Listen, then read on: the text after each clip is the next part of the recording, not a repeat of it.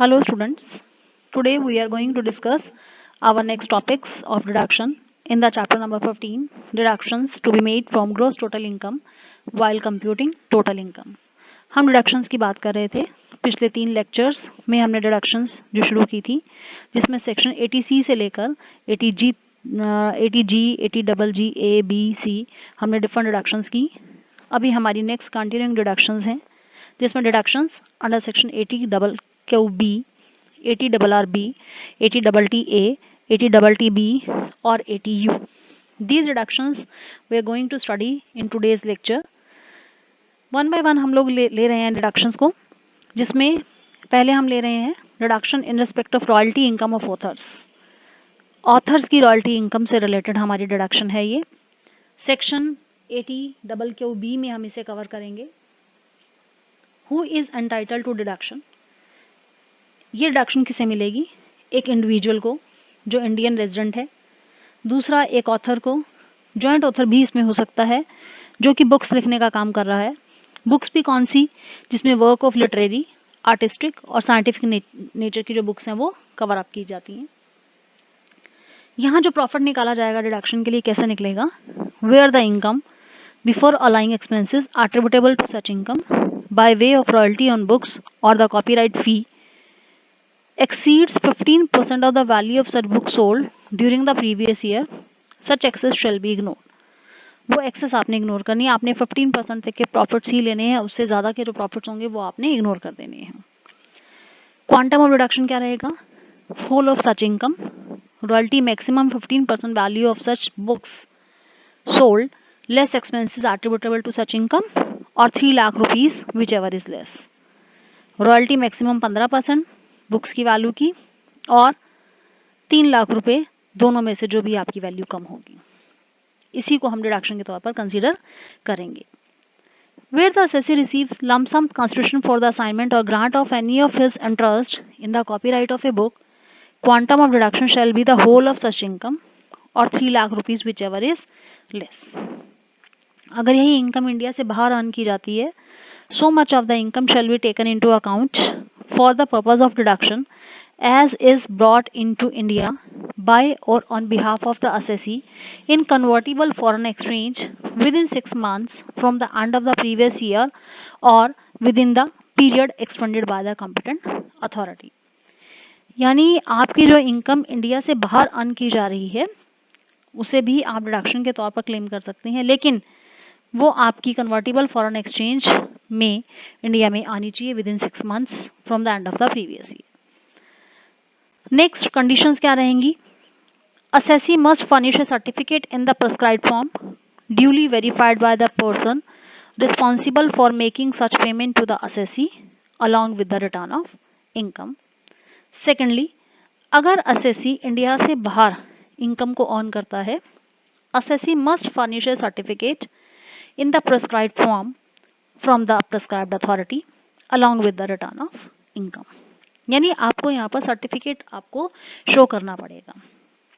Next हमारी explanations रहेंगी इसमें। Books shall not include brochures, commentaries, diaries, guides, journals, magazines, newspapers, pamphlets, text books for schools, tracts and other publications of similar nature by whatever name called. Books में ये चीज़ें include नहीं होनी चाहिए। Lump sum in regard to royalties or copyrights includes an advance payment on account of such royalties or copyright fees which is not returnable. Lump sum का मतलब है कि टोटल अमाउंट जो कॉपीराइट फीस से बनेगा, चाहे एडवांस पेमेंट है उसमें, वो भी आपकी इसमें इंक्लूड की जाएगी। लिटरेरी वर्क क्या होगा? Literary work includes tables and compilations. जो एक्सप्रेशन लिटरेरी वर्क है, it covers which is expressed in printing और writing irrespective of the question whether the quality or style is high. आपका ये काम प्रिंटिंग में भी हो सकता है, इन राइटिंग भी हो सकता है। This is the deduction regarding royalty income. अभी हम बात करेंगे इससे जुड़ी हुई इलस्ट्रेशन की। एग्जाम्पल नंबर 16 में आपसे कहा गया है आपको टोटल इनकम निकालनी है एक ऑथर की, जिसमें royalty on book for college students ₹5 lakh at the rate 20% is 1 lakh. Royalty income है आपकी 1 लाख। एक्सपेंसेस इस रॉयल्टी को अर्न करने के लिए किए गए हैं 10,000। अदर इनकम है आपकी 5 लाख। तो देखिए यहाँ से हमें कंप्यूट करना है total income of the author. Royalty income थी हमारी 1,10,000 के जब हम खर्चे लेस करते हैं तो हमारी रॉयल्टी इनकम रह जाती है 90,000। अदर इनकम है हमारी 5 लाख। ग्रॉस टोटल इनकम हो गई 5,90,000। रिडक्शन हमें लेस करनी है। रिडक्शन की हम कैलकुलेशन करेंगे। देखिए टोटल इनकम का हमें 15% लेना होता है। 5 लाख हमारी टोटल इनकम है जिसका 15% अगर हम लेते हैं तो 75,000। रॉयल्टी एक्सेस ओवर 15% जो है हमारी इग्नोर हो जाएगी। तो देखिए 75,000 में से फिर हमें एक्सपेंसेस लेस करने हैं। एक्सपेंसेस रहेंगे हमारे 10,000। तो 75 में से जब हमारे 10,000 एक्सपेंसेस लेस हुए तो ये वैल्यू रह गई हमारी 65,000। तो डिडक्शन रहेगी 65,000 हमारी रॉयल्टी और जो हमें रिसीव हुई और 3 लाख रुपीज़ जो लिमिट है, तो दोनों में से which ever is less 65,000 is less, तो हमारी डिडक्शन रहेगी अंडर सेक्शन 80 क्यू बी 65,000। तो यहाँ से हमारे पास ग्रोस टोटल इनकम थी 5,90,000। हमने रॉयल्टी की डिडक्शन लेस की 65,000 and we get the total income 5,25,000। This is the royalty income deduction. Now see the next illustration 17। इसमें भी आपसे 80 क्यू बी के अंडर आपको रॉयल्टी की डिडक्शन निकालने के लिए कहा गया है। देखिए 3 केसेस इसने दिए, ए बी और सी। 3 असेसिस हैं हमारे पास जिनकी रॉयल्टी आपको बताई गई है 1,20,000, 4 लाख, 9 लाख। रॉयल्टी रिसीव जो है 20% ऑन बुक प्राइस है। बी के केस में 16% ऑन बुक प्राइस। सी के केस में लमसम। एक्सपेंसेस आपको दिए गए हैं 20,000, 30,000, 3 lakh. Amount related to India USA. Amount received in convertible foreign exchange till 30 सितंबर 2020। तो कन्वर्टिबल एक्सचेंज में जो चेंज हो रहा है वो वैल्यू है 5 लाख। हम 1 बाय 1 लेते हैं। देखिए firstly amount received in convertible foreign exchange C के केस में देखिए 5 लाख। लमसम कंसिडरेशन रहेगी हमारी 9 लाख। ए और बी में हमें कैलकुलेशन करना है। रॉयल्टी हमारी 15% से ज़्यादा नहीं होनी चाहिए। देखिए 15% अगर हम निकालना है तो हमारे पास पहले इनकम होनी चाहिए। रॉयल्टी रिसीव 1,20,000 थी जो कि 20% थी।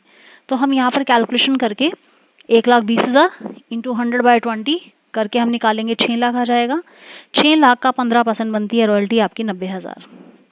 Similarly in the case of B के केस में हमारी रॉयल्टी रिसीव थी 4 लाख जिसका 16% ऑन बुक प्राइस था। तो 4 लाख इंटू 100/16 तो हमारी वैल्यू आ जाती है 25 लाख। 25 लाख का जब हम 15% निकालते हैं तो बी के केस में हमारी वैल्यू आती है 3,75,000। तो यहाँ पर तीनों में जो लोएस्ट है ए बी और सी में, ए में लोएस्ट 90, बी में लोएस्ट 3,75,000 और सी में जो हमारा लोएस्ट है 5 लाख। अब यहाँ पर हमारे एक्सपेंडिचर हुए हैं, एक्सपेंडिचर लेस हो जाएंगे। देखिए ए एस एस सी के केस में एक्सपेंसेस हुए 20,000, रॉयल्टी इनकम है 90, तो 90 में से 20 लेस होकर आपकी 70,000 की amount deductible under section Q B 80 Q B में आपकी डिडक्शन हो गई है। ऐसे ही बी एस एस सी के लिए जो आपका 3,75,000 था, एक्सपेंडिचर इनकर्ड आपके हुए 30,000। अब यहाँ पर आपकी जो वैल्यू आ रही है, हमें जो वैल्यू लेनी है 30,000 अगर हम एक्सपेंसेस लेस करते हैं 3,75,000 में से 30,000 लेस करते हैं 3,45,000 और जबकि लिमिट आपकी 3 लाख, तो 3,45,000 और 3 लाख में आपका मिनिमम है 3 लाख, तो 3 लाख की आपकी रिडक्शन आपको अलाउड हो जाएगी। ऐसे ही सी केस में 3 लाख एक्सपेंडिचर लेस करने के बाद 2 लाख का आपका अमाउंट आ गया और आपकी 3 लाख की लिमिट रहती है। 2 और 3 में मिनिमम है 2, तो 2 की रिडक्शन आपको मिल जाएगी। तो इस तरीके से ए बी और सी तीनों असेसीज के केस में आप यहाँ से रॉयल्टी जो है वो लेस कर सकते हैं, डिडक्शन आपको मिल जाएगी। This is all about the deduction in respect of royalty.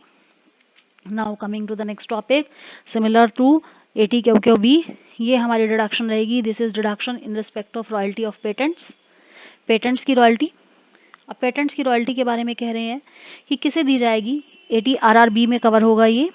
किसे दी जाएगी? एक इंडिविजुअल को जो इंडिया में रेजिडेंट है, एक पेटेंटी है और जिसकी in receipt of income by way of royalty in respect of patent registered after 31 March 2003 under the Patents Act 1970।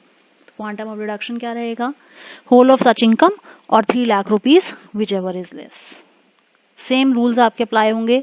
Where a compulsory license is granted in respect of any patent under Patents Act 1970, the income from royalty for deduction shall not exceed the amount of royalty under the terms and conditions of a license settled by the controller under the Patents Act. मतलब उससे ज़्यादा उसको allowed नहीं होगा। If income is earned outside India, अगर income India से बाहर earn की जाती है, same rule will be followed, जैसा 80 क्यू बी में था, यहाँ पर भी सेम कि वो विद इन 6 मंथ इंडिया में कन्वर्टेबल फॉरेन एक्सचेंज में लाई जाएगी। कंडीशंस फॉर डिडक्शन क्या रहेंगी? सेम, एक सर्टिफिकेट आपको फर्निश करना पड़ेगा प्रिस्क्राइब फॉर्म में, ड्यूली अथराइज्ड साइन किए जाएंगे अथॉरिटी के through.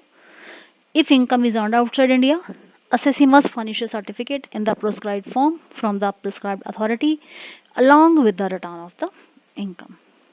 So this is deduction in respect of royalty on patents under section 80 RRB.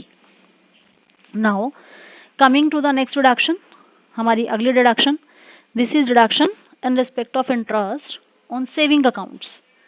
Section 80 TTA में कहा गया है Who is entitled to deduction? किसे मिलेगी डिडक्शन? एक इंडिविजुअल को या HUF फैमिली को। जो डिडक्शन है shall be allowed in respect of interest on deposits in a saving account with, आप जो सेविंग्स कर रहे हैं वो कहाँ कर रहे हैं? आपकी जो डिपॉजिट्स हैं या तो बैंक में है या कोऑपरेटिव सोसाइटी में है जो कि बैंकिंग का बिजनेस कर रही है, या किसी पोस्ट ऑफिस में है। क्वांटम ऑफ डिडक्शन क्या रहेगा? होल ऑफ सच इनकम और ₹10,000 इन aggregate whichever is less, पूरी इनकम या 10,000 रुपये, दोनों में से जो भी कम होगा। Where the savings account is held on or by or on behalf of a firm, AOP or BOI, no deduction shall be allowed in respect of such income to pay any partner of the firm or any member of AOP or BOI. Next, deduction in respect of interest on deposits in case of senior citizen. Senior citizen के case में आपसे कह रहे हैं section 80 TTB में ये deduction मिलेगी किसे? एक सीनियर सिटीजन को। Deduction shall be allowed in respect of interest on deposits with bank, cooperative society engaged in carrying on the business of banking और post office. Same points are there. Deduction का जो quantum है क्या रहेगा? Whole of such income और 50,000 in aggregate whichever is less. Where the income is held, where the account is held by और on behalf of a firm, AOP or BOI, no deduction shall be allowed in respect of such income to any partner of the firm or any member of AOP or BOI. अगर AOP और BOI के part पर ये income की deduction मिल जाती है तो individually members को ये डिडक्शन नहीं दी जाती। यहाँ सीनियर सिटीजन से क्या मतलब है? Senior citizen means an individual resident in India who is in the age of 60 years or more at any time during the relevant previous year.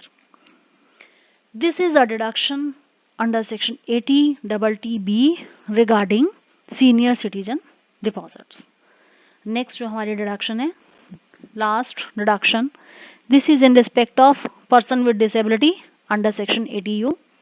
ये deduction किसे मिलेगी? Who is entitled to deduction? एक individual जो India का resident है, Indian resident है, who is certified by a medical authority to a person with disability, जो कि डिसेबल है पर्सन। क्वांटम ऑफ डिडक्शन क्या रहेगा? अगर डिसेबिलिटी है तो 75,000 और अगर सीवियर डिसेबिलिटी है तो 1,25,000। कंडीशंस क्या रहेंगी डिडक्शन के लिए?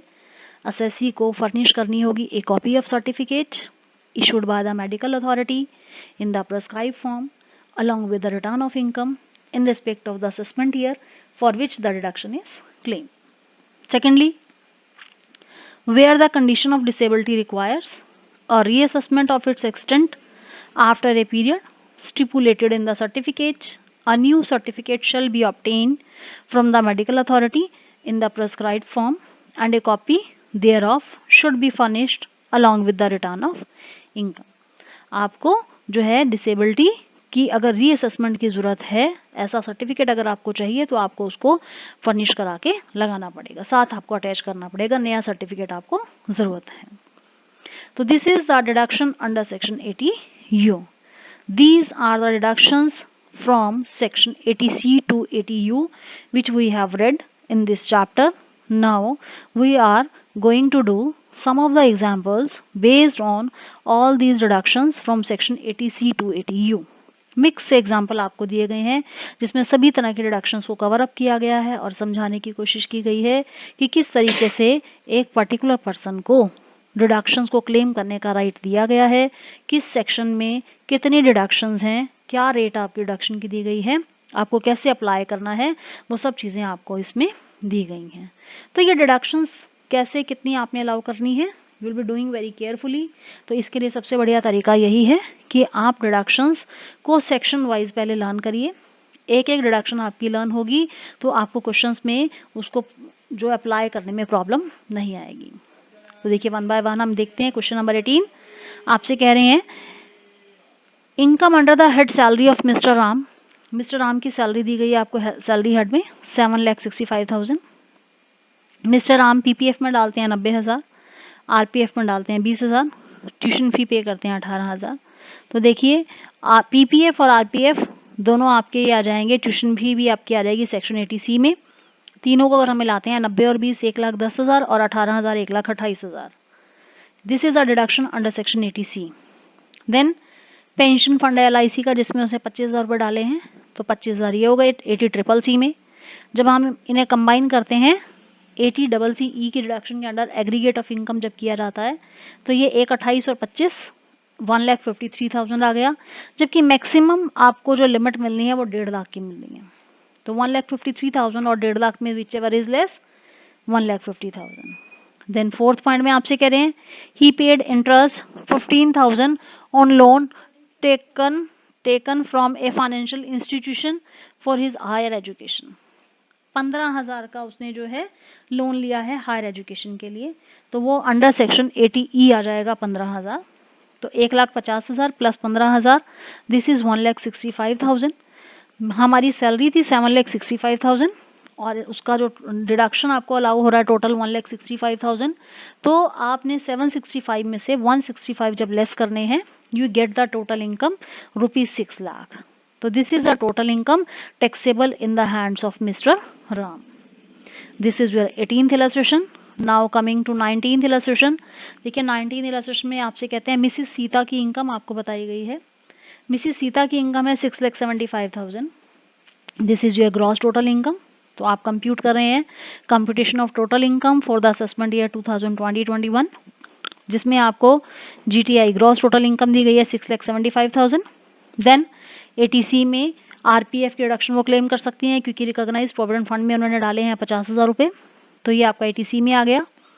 Then she paid donation to political party 10,000 by cheque and prime minister's national relief fund. Political party की डिडक्शन आपकी आ जाएगी 80CC में। 10,000 आपको पूरे के पूरे अलाउड हो जाएंगे, 100% deduction is allowed to you. Prime minister national relief fund में 15,000 डाले हैं, ये भी 80G में आपको पूरे अलाउड हो जाएंगे। देन मेडिकल इंश्योरेंस प्रीमियम उन्होंने दिया है for the health of her spouse age 47 years 27,000। ये डिडक्शन आपकी आएगी 80D में, लेकिन ये आपको मिलेंगे केवल 25,000 क्योंकि मैक्सिमम डिडक्शन ही 25,000 की है जो आपको अलाउड है। तो देखिए 80C में 50,000, 80D में 25,000, 80G में 15,000, 80CCC में 10,000। तो देखिए टोटल डिडक्शन मिलाकर आपकी बन गई 1 लाख। ग्रॉस टोटल इनकम थी 6,75,000, डिडक्शन हो गई 1 लाख, तो टोटल इनकम हमारी जो रह जाएगी that is 5,75,000 which is taxable in the hands of Mrs Sita. This is question number 19। Now coming to question number 20। Question number 20 में आपसे कह रहे हैं फिर से आपको वही टोटल इनकम निकालनी है मिस्टर सुरेश की, जिनकी बिजनेस इनकम है 13,20,000, 70 साल इनकी एज है, इसका मतलब सीनियर सिटीजन है ये। इसके बाद इन्होंने PPF में डाले हैं 70,000, 80C में आ जाएंगे। NSE 8th इशू में डाले हैं 50,000, अगेन 80C में आ जाएंगे। तो 70 और 50 1,20,000 दोनों ही डिडक्शन 80C में से मिलेंगी। देन उन्होंने अपने ग्रैंडसन के हायर एजुकेशन के लिए लिया है लोन, नॉट अलाउड क्योंकि ग्रैंडसन के लिए अलाउड नहीं है, सन के लिए अलाउड है, ग्रैंडसन के लिए अलाउड नहीं है। Will be living this point. Next he spend 40,000 on medical treatment of disabled dependent. Medical treatment कराया इन्होंने डिसेबल्ड डिपेंडेंट जो इनके था, उसके लिए आपको 80DD में 75,000 रुपये तक की डिडक्शन अलाउड है। तो 80DD में 75,000 की डिडक्शन आपकी आ जाएगी। तो 1,20,000 और 75,000 ये आपकी हो गए 1,95,000। तो देखिए टोटल 13,20,000 में से 1,95,000 जब आप लेस करेंगे तो आपकी इनकम आ जाती है 11,25,000। तो this is the total income. Now coming to illustration number 21 में आपसे कह रहे हैं अगेन आपको सैलरी दी गई है मिस्टर एक्स की जो कि डिसेबल्ड है तो सीधी सी बात है 80U सेक्शन इनके ऊपर अप्लाई होगा। इनकी सैलरी है 4,90,000। स्टैंडर्ड डिडक्शन सैलरी की लेस हो जाएगी 50,000। जब हम सैलरी की डिडक्शन लेस कर देते हैं तो रह गई 4,40,000। देखिए अगर सैलरी के आगे वर्ड कंप्यूटर लिखा है तो आपको 50,000 लेस करने की जरूरत नहीं है, लेकिन अगर आपको सिर्फ सैलरी वर्ड दिया गया है तो आपको लेस करने पड़ेंगे, 4,40,000 आ जाएंगे। अब यहाँ से देखिए इन्होंने अनरिकॉग्नाइज प्रोविडेंट फंड में डाला है, हमने कुछ नहीं करना क्योंकि this is not allowed anywhere.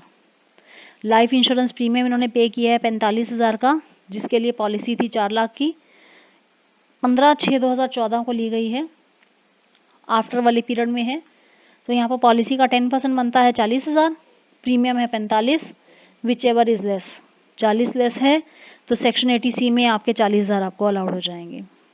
Then उन्होंने नेशनल चिल्ड्रन फंड में डाले हैं तो 80G में मिल जाएगा उनको डिडक्शन, ये 20 के 20,000 उनके 100% अलाउड होंगे, ये लेस हो जाएंगे। और अब वो डिसेबल डिपेंडेंट थे तो 80U के अंडर जो उनको है डिडक्शन मिल जाएगी पूरे 75,000 की।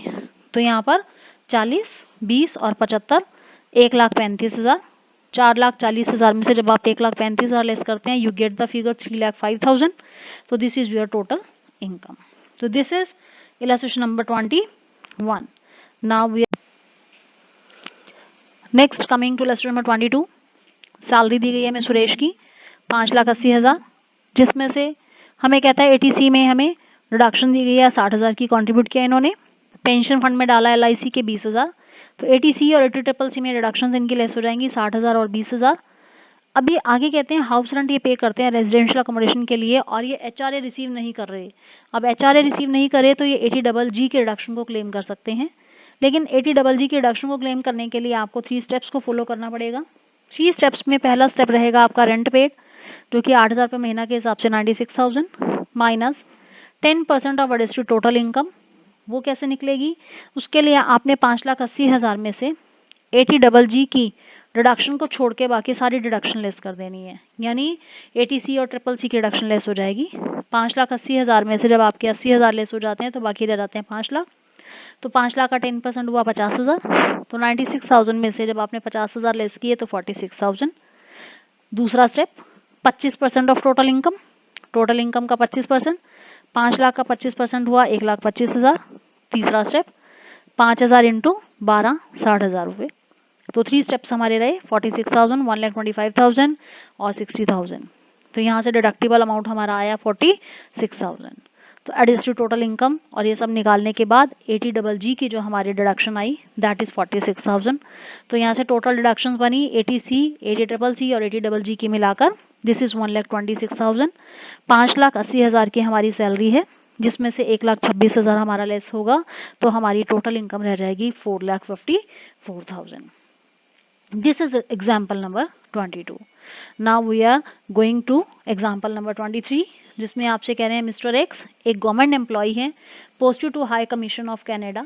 ही did not visit India any time during the previous year 1920।